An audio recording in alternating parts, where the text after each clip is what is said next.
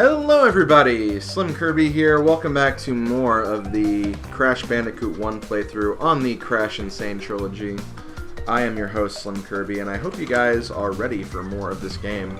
Before we continue, there is one thing I want to show off here. At the very beginning, you may have noticed this little purple dot at the beginning. This will actually take you to Stormy Ascent, which is the bonus level they actually added for the Insane trilogy, which I believe is a level that was on the original game, but it was not finished and it wasn't included in the first Crash Bandicoot game. So for this remake, they actually included it as bonus content. It was like the first DLC that came with this game. And thankfully for the Switch version, they actually included it from the get-go, so you know, when we get done with the main part of the playthrough, we will be doing a playthrough of Stormy Ascent. It's a very difficult level, though. It's very long, it's very hard, and you bet your ass we're going to go for that clear gem, too. But yeah, just wanted to very quickly show that off. Also, since we do have the green gem, which we got from the Lost City in the last video, we can actually go back and get the clear gem for Jungle Rollers now that we have that. But I'm going to wait till the very end. I'm basically going to wait till I get to the very end of the entire game and then kind of warp back around and then get all of the gems I missed out on the first time around. So that's going to be the way I'm going to handle this, so to speak. But let's go ahead and make our way back to the temple ruins. From what I remember, yes, this is a level we can complete now, so we'll go ahead and get started on that.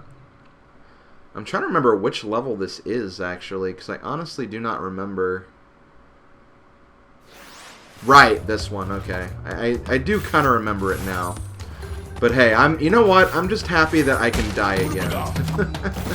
Because again, that is such a, it's such an annoying thing when you have a level where you just can't die whatsoever. And as a result, you're going to have to redo the entire level if you do die, for an example. But again, in Crash Bandicoot 1, the initial game on PlayStation 1, you had to do every level in that fashion. I'm so glad they changed it, where it's literally just the colored gem levels in this version. And see, in a way, it's almost a tribute to Crash Bandicoot 2 and 3, because there are death routes, or no death routes, in those games, which is what it's kind of based on, and usually you'll get like a colored gem from doing a death route, so that's kind of the logic they went with here for this game when they came to the remake.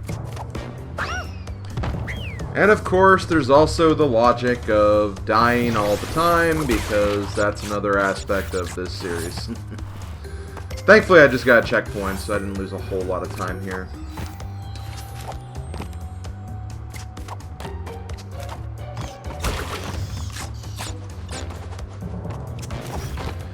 But yeah, for any of those wondering, like, in terms of, like, what my favorite Crash games are from this original trilogy, it's kind of hard to say. Like, I definitely think Crash Bandicoot 1 is the weakest, just because I feel like they really kind of stepped up their game with Crash Bandicoot 2 and 3, and they added a lot of cool features and a lot of cool gameplay elements to those games. So, you know, safe to say, I do think that this is easily the worst, regardless of which platform you're playing on, whether it's the Insane trilogy or the PlayStation 1 games. As far as Crash 2 and 3, it's really hard to say for me, because overall, I think 3 is the better game. But when I played through the entire trilogy a year ago, I think I had a little more fun with Crash Bandicoot 2, so I think I'm kind of in the 2's the best game camp, but 3 is not far behind, if behind at all. Like, I think you could, like, quite easily put them on equal ground, at least in my opinion. So yeah, I'm looking forward to getting to Crash Bandicoot 2 and 3. I think Crash Bandicoot 2 fixed a lot of the problems of this game. It still featured, like, some instances of why did developers do this, but on the whole, though, it was a much better experience. While 3 just kind of streamlined everything into a, okay, this is how the game probably should have been from the get-go. But with that being said, like, there's a lot of, like, gimmick levels in Crash Bandicoot 3. And I'd say that of the gimmick levels, like, while there are some I enjoy, there's also, like, some gimmick levels I don't really enjoy at all, so... Because of that, yeah, I think I'd give the nod slightly over to 2, but not by much. Yeah, as you can see, there's a little hidden path right there. The Wumpa Fruit's supposed to be the clue that there's something there. Kind of like the bananas in Donkey Kong 64. That is like a really cool way to do something, though. And like, I think even Mario does it with coins sometimes. But yeah, if you kind of like follow where the like very basic collectibles go, you can kind of get like some kind of an idea of, oh, okay, well, maybe there's something here, and then there is, and it's like, oh, okay, cool. I like that. See, that's why I really like platformers, is because platformers can be very like creatively designed amongst their like most basic gimmicks.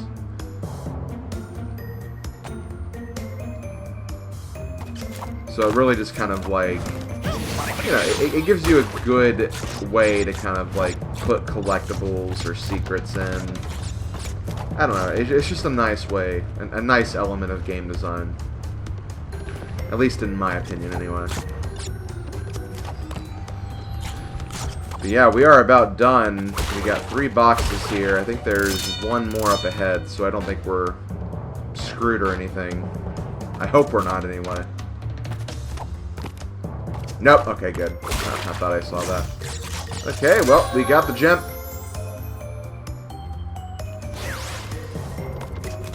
Damn it, Crash Bandicoot. Also, no, I gotta go this way.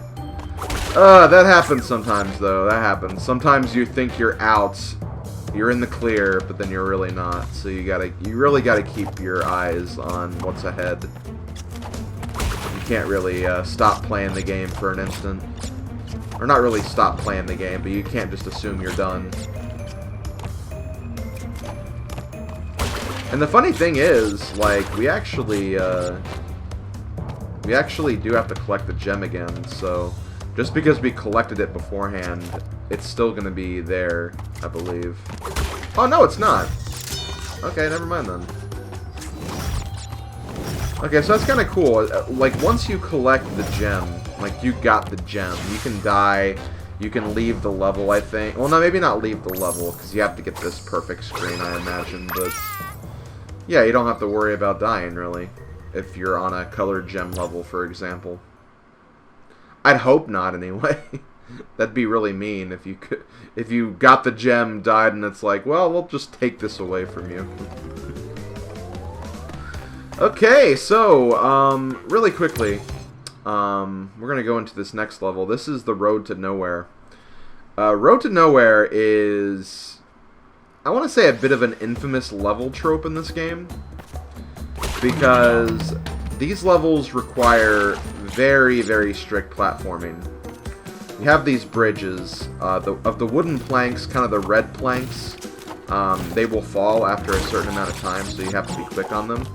And then you also have red planks that are destroyed. You cannot stand on those planks whatsoever, so even if you go to the side, you can't stand on them. You also have these warthogs that just kind of defy gravity and walk right over all the pits. And you gotta watch out for these guys. Those guys can be pretty brutal if they catch up with you. And then you have the icy slopes, which are basically just bridges that slant downward. I also just fell off the platform there. Don't even know how I did that, but whatever. But yeah, normally if you walk across those slope platforms, you get a little boost of momentum, so you can generally make some pretty big jumps after walking on them. But yeah, these are probably the most platforming intensive stages in the game, and they can be pretty difficult. Now, the one thing I will say, and the one thing I will give credit for the PlayStation 1 trilogy for, is that these levels actually control pretty well in Crash Bandicoot 1, because the physics were kind of made around the game itself. So I feel like there's a lot more leniency with some of these jumps that you have to make. In the Insane trilogy, since they basically kind of made it so all the game's controls are like Crash Bandicoot 3's, I feel like it doesn't really work for this level as much, so as a result, these levels get a lot harder in this game, but thankfully, for both levels, because there is another one coming up later, which is a lot harder than this one. You won't get a color gem, so you can die on those levels, no problem, and I am very, very thankful for that. One thing you can do is you can actually also walk on the tightrope here. It's really finicky, and sometimes you'll just, like, kind of miss it, and, yeah, just fall off like that. But a lot of people will opt to do that because it's safer than making the jumps. I personally would not recommend it, though. Let's see, yeah, you can basically do this. But I would not recommend it because I feel like the more you get used to these jumps, the better off you'll be. Not just in this level, but for the entire game. And also, I have a tendency to kind of slide off the rope whenever I'm walking on it. I think it just kind of depends, like, how center you are with the rope, but still, like, it's really easy to slip off, and that's not something I want to do here. This is not a level I want to be spending a whole lot of time on, because it can just easily... It can make you tilted in all the worst ways, so it's kind of better to just kind of, you know, take a deep breath, plow through it, and just get it over with. That's honestly all I could recommend here.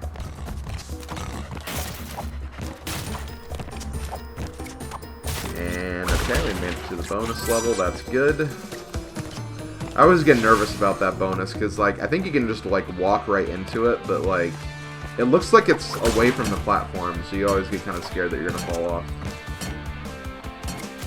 But yeah, this is the road to nowhere, and then later we'll have the high road, which...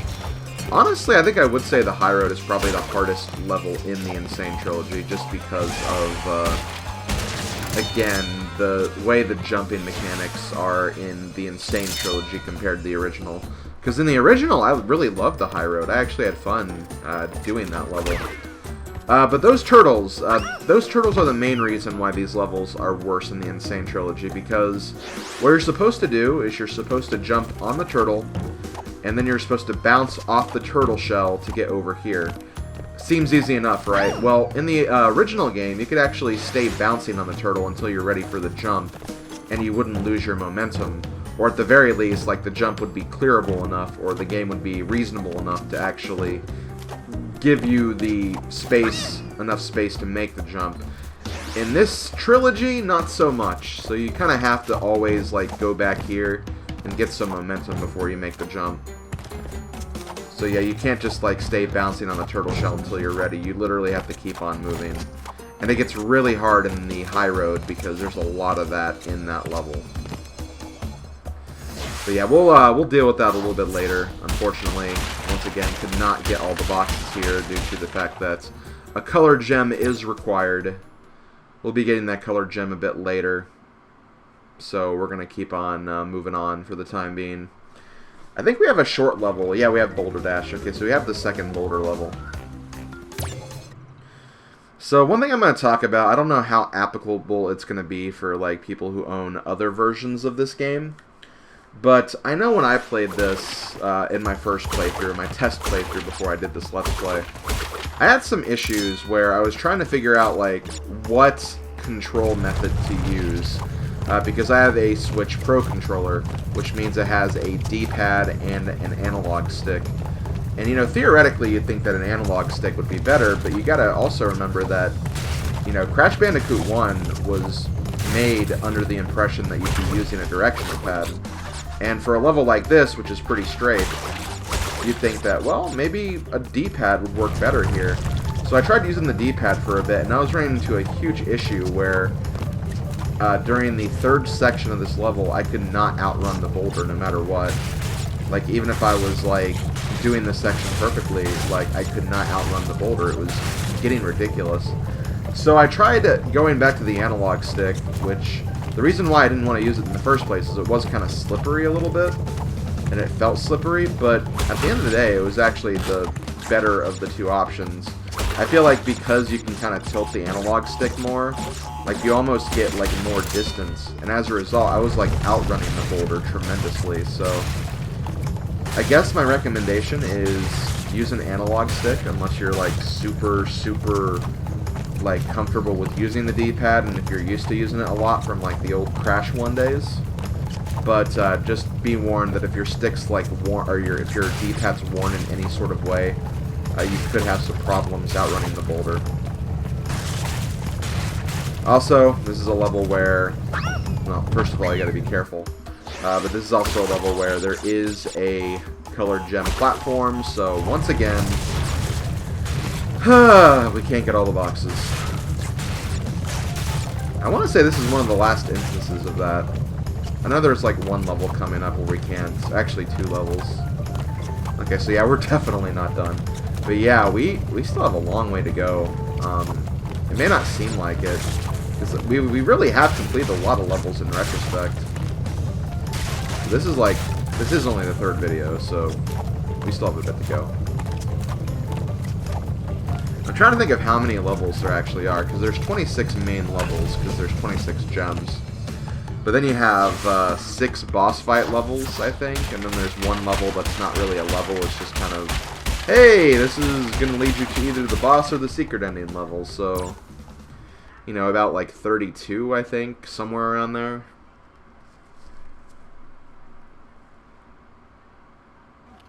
Something to that effect, anyway. 33, I think, is the actual number. And then, of course, there's also Stormy Ascent. But next up, we have Sunset Vista. Sunset Vista's a very long level. If you thought the Lost City was long, well, Sunset Vista is pretty much the Lost City, but a little longer. It's even got the same, like, layout and everything. But I remember this was, like, one of the toughest levels in the original PS1 game, just because there's a lot of really annoying gimmicks you have to get through.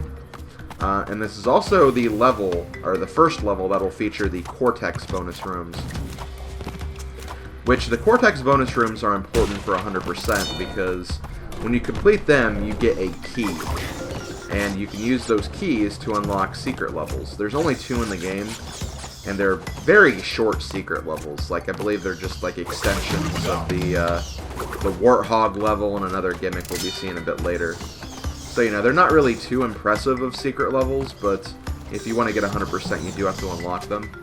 But yeah, you basically have to, once again, get all the Cortex tokens, and then you can access the bonus levels, and because this is the Insane Trilogy, you also need to, I don't know why, okay, cool. For a minute I thought that was the second bat.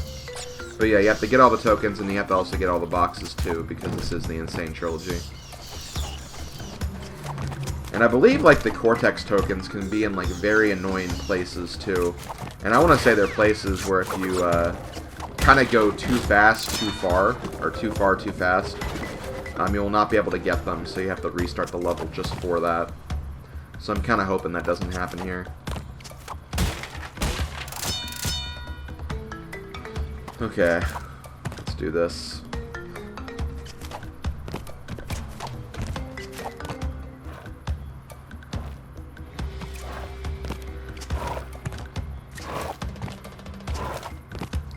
I could probably jump more platforms here, but I don't want to risk it. Okay, there's a mask up there, so make sure you grab that. I don't think it's in a box. I think it's just, like, hiding up there on its own. These wall platforms, though, they're easily the worst part of these level types. Just because, like, you can, like, kind of stay around and see what your biggest, like, opening would be. But still, like, when you have as much impatience as I do when it comes to video games, you don't want to wait around for too long. You just want to kind of keep moving. And see, then you also do stupid stuff like that.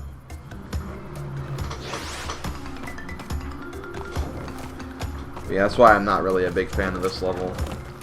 And again, it's just very, very long. I want to say, like, the relic time is like 3 minutes or something, probably even longer than that, just because, again, it's a very long level.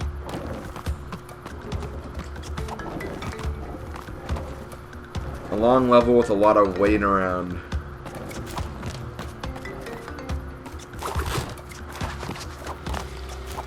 And there's also just a lot of climbing in this level, too.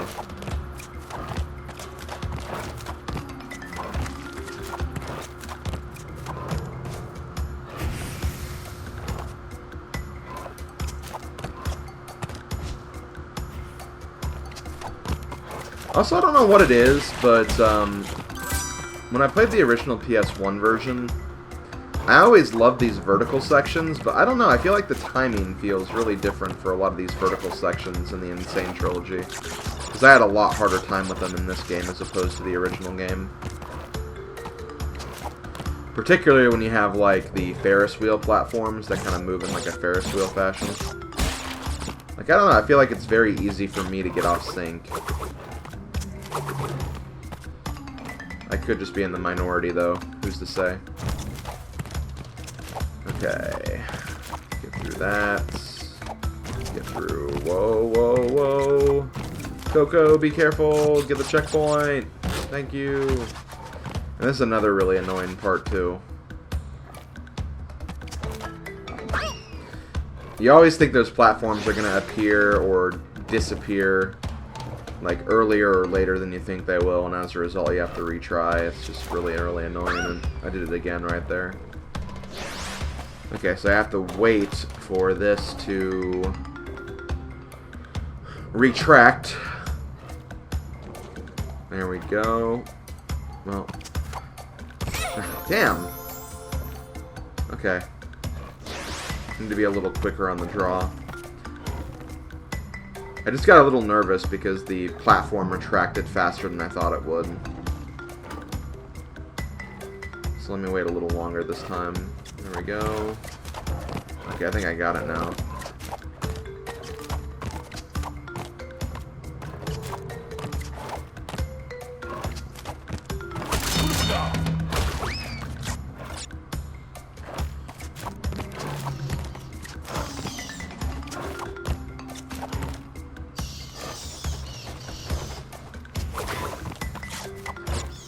I wish getting rid of the bats would do something, because, yeah, they don't really do anything.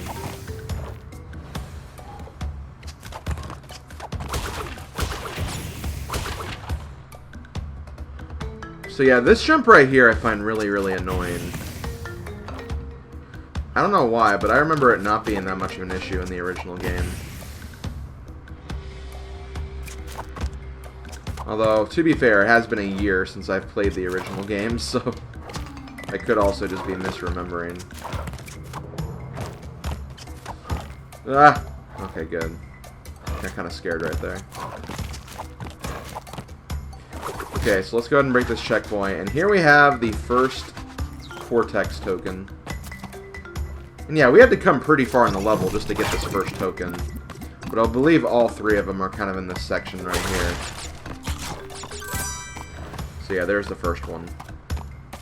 We still have a ton of bonus level too, so there's still quite a bit left here. Frickin' bats. I'm feeling batty. I don't know. Ah! No! Okay, get down here. Okay.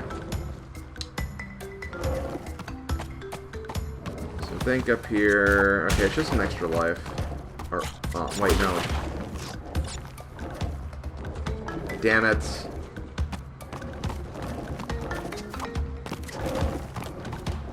I think I missed that token.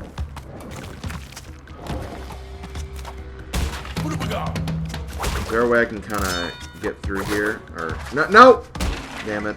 I didn't mean to spin right there. Shoot.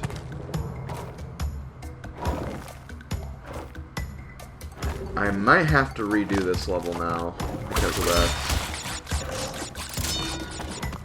I should have just died, but I wanted to see how far I had to go before I had to worry about that.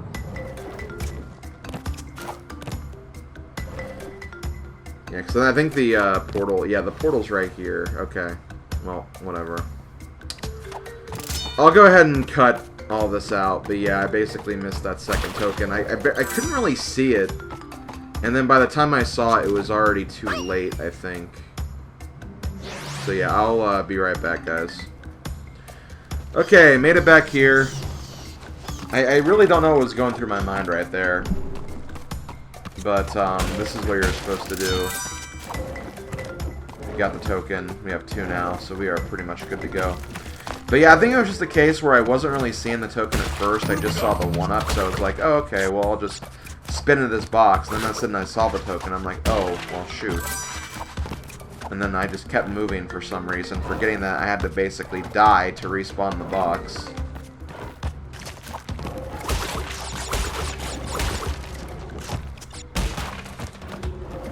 Yeah, I guess I just kind of had a little bit of a mind lapse right there or something. But either way, we got it. We got it. We got the 2 Cortex tokens. We're going to get the final one right here. And then we'll have our first Cortex bonus stage. Not really a whole lot to say about it. It's just a bonus stage. That's really all it is. Now, one thing that is kind of annoying about the original game, though, is because of the nature of that game, if you failed a bonus, you failed it. You had to start the whole level over again. So if you did this wrong, you had to go through the entire level basically a second time, which was pretty bad. Here, though, you can at least like kind of restart back from where the bonus started at the very least.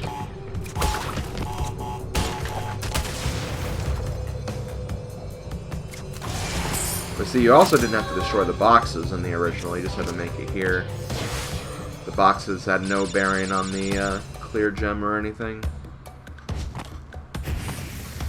But yeah, there we go. Got all the tokens, got the Cortex key, and we have opened up a new level because of that. We'll probably be checking that out a little bit later.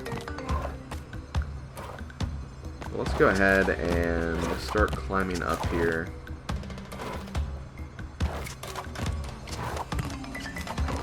There we go. Okay, so now we have the Tana bonus level. I want to say this one's not too bad. Again, we have a lot of TNT boxes, so... Usually, like, the TNT box levels aren't too bad. Because you can just let the TNTs destroy all the boxes, and you can just kind of take your own time while getting through them. But we are still making our way through Sunset Vista. We are about at the end, though. I think we only have 8 boxes left.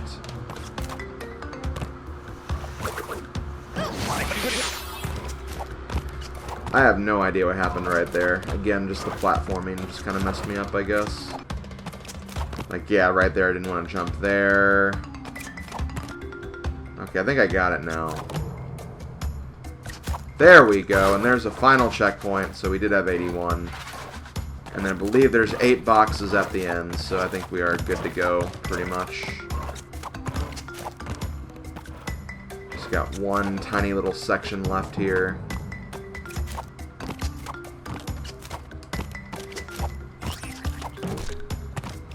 And we did it, guys. Hooray.